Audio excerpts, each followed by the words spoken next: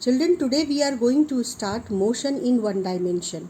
Motion in one dimension, that means हमें सबसे पहले जानना होगा मोशन क्या है. तो हम इन 3 बच्चों से पहले इंट्रोड्यूस होते हैं. This is A, this is B, this is C. और अब तुम मुझे बताओ कि अगर ए और बी थोड़ा शैतान है और वो एक बस की छत पे चढ़ गए, बस चल रही है, और जो ये बच्चा है सी, ये उन दोनों को बस पे देख रहा है. मुझे ये बताओ कि इस बच्चे के लिए ए और बी चल रहे हैं या रुके हुए हैं. ऑब्वियसली तुम कहोगे कि चल रहे हैं. Very true. अब एक बार फिर से इस सिचुएशन को देखो. अब तुम ए और बी इन दोनों पर ध्यान दो. ए और बी एक दूसरे के लिए खड़े हैं या चल रहे हैं. ए को पूछोगे तो वो कहेगा कि बी मेरे साथ बस की छत पे खड़ा है, और बी को पूछोगे तो वो कहेगा कि वो ए के साथ खड़ा हुआ है. यानी ए के रिस्पेक्ट में बी और बी के रिस्पेक्ट में ए चल नहीं रहे हैं. वो कहेंगे वो एक दूसरे के साथ छत पे खड़े हुए हैं. और यहाँ पर एक बहुत ही कमाल की बात समझने को मिलती है. ध्यान से देखो कि सी जब ए और बी को देखता है तो ए और बी की पोजीशन सी को बराबर बदलती हुई दिख रही है. ठीक, तो सी के लिए ए और बी दोनों चल रहे हैं. लेकिन आप सिर्फ ए और बी पर फोकस करो. ए बी के रिस्पेक्ट में जहाँ पहले है वहाँ लगातार बना हुआ है, और बी ए के रिस्पेक्ट में जहाँ है वहीं बना हुआ है. इन दोनों की पोजीशन एक दूसरे के लिए चेंज नहीं हो रही है. इसलिए ए कहता है कि बी चल नहीं रहा है, और बी कहता है कि ए चल नहीं रहा है. तो क्या तुमको समझ में आया कि रेस्ट का मतलब और मोशन का मतलब क्या हुआ? So when position of an object does not change with respect to other, they are said to be at rest with respect to each other. This is a state of rest. A के respect में अगर B की position नहीं बदल रही है तो A और B एक दूसरे के रिस्पेक्ट में, एक दूसरे के रिलेटिव रेस्ट पर है. Similarly, when an object changes its position with respect to each other, they are said to be in motion with respect to each other. C के लिए A और B दोनों मूव कर रहे थे क्योंकि इनकी पोजीशन C के रिस्पेक्ट में बराबर चेंज हो रही थी.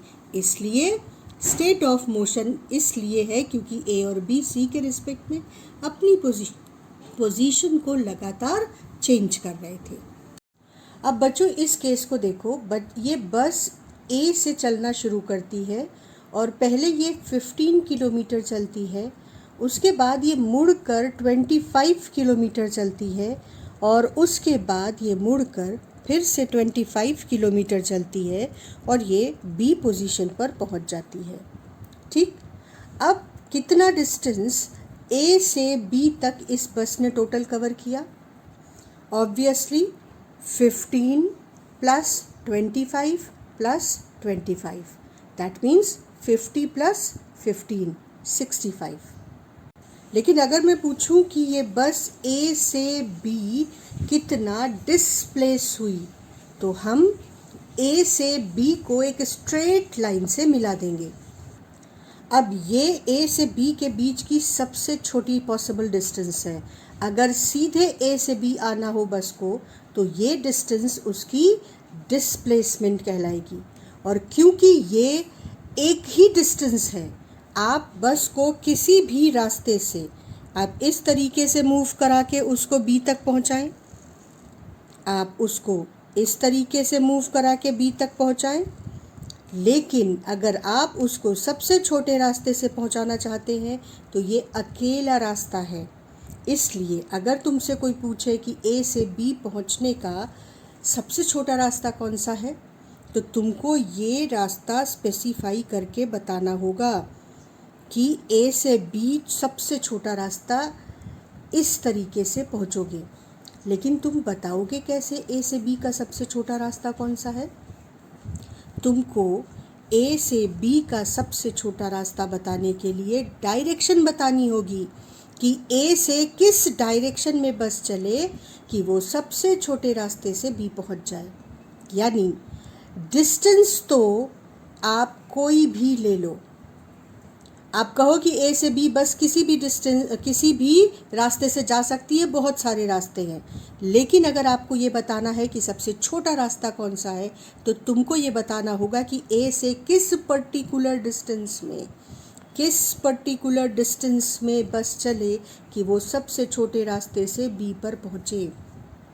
तो इस पर्टिकुलर डिस्टेंस को, जिसे हम सबसे छोटा डिस्टेंस कह रहे हैं, इसके साथ डायरेक्शन बताना ज़रूरी हो गया।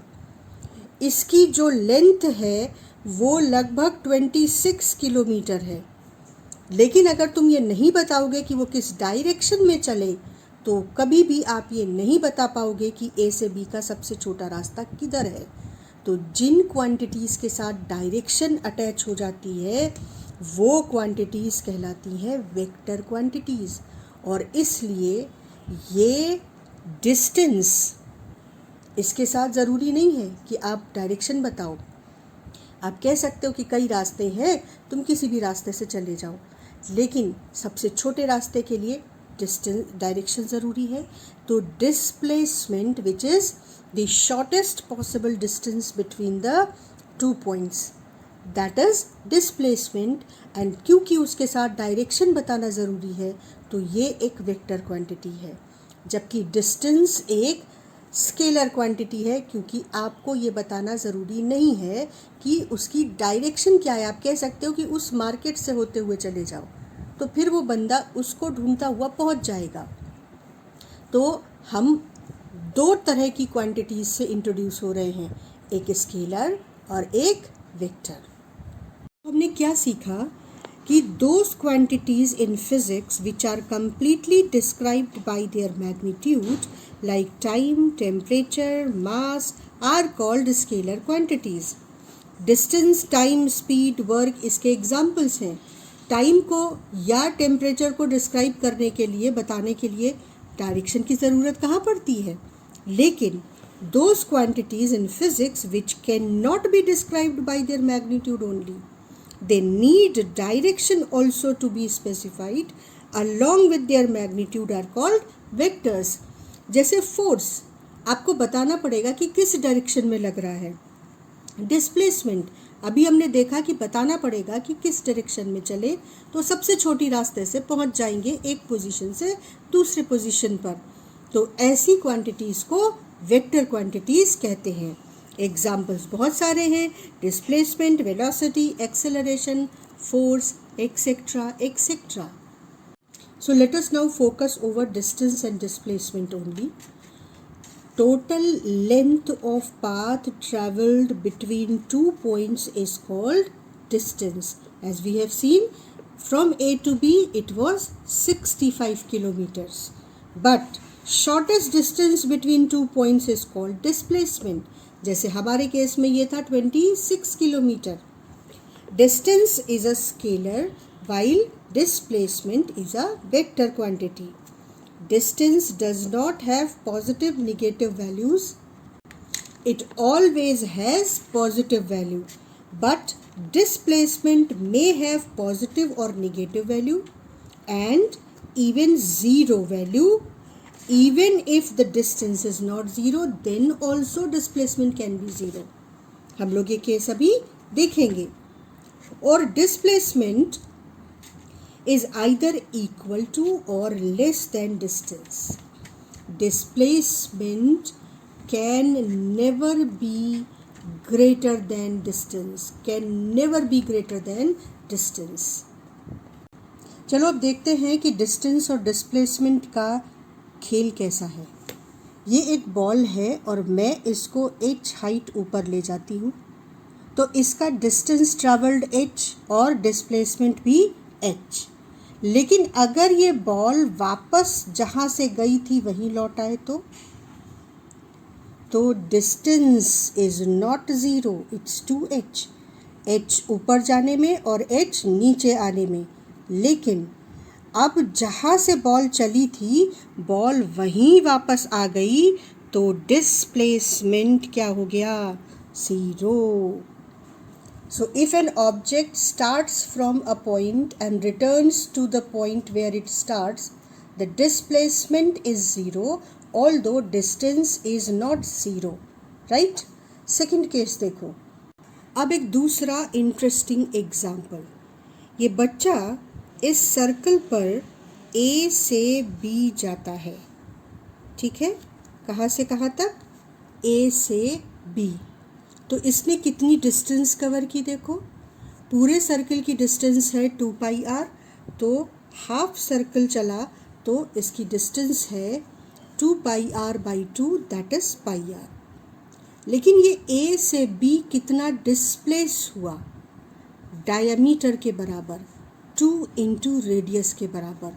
तो तुम देख सकते हो कि डिस्प्लेसमेंट और डिस्टेंस की वैल्यूज़ अलग अलग हैं यहाँ पर. अगर ये बच्चा B से वापस A पहुँच जाता है, बच्चा पहले घर से स्कूल गया और फिर छुट्टी में स्कूल से वापस घर, तो अब डिस्टेंस ट्रैवल्ड कितनी हो गई? बच्चे ने 2πr डिस्टेंस ट्रैवल की. लेकिन अगर वो जहाँ से चला था वहीं लौट गया, तो डिस्प्लेसमेंट हम लोग कैसे कैलकुलेट करते हैं? जिस पॉइंट से चला था और जहाँ पहुँचता है वहाँ तक एक सीधी लाइन ड्रॉ करते हैं. जहाँ से चला वहीं पहुँच गया, तो आपकी जो लाइन ड्रॉ करोगे उसकी लेंथ तो ज़ीरो होगी. तो if child comes back to A, then distance is 2πr but displacement is 0. तो ये कॉन्सेप्ट था डिस्टेंस का, डिस्प्लेसमेंट का, वेक्टर क्वांटिटीज़ का, स्केलर क्वांटिटीज़ का, रेस्ट और मोशन. नेक्स्ट क्लास में हम लोग मोशन इन वन डायमेंशन के कुछ और इम्पॉर्टेंट पहलुओं पर बात करेंगे.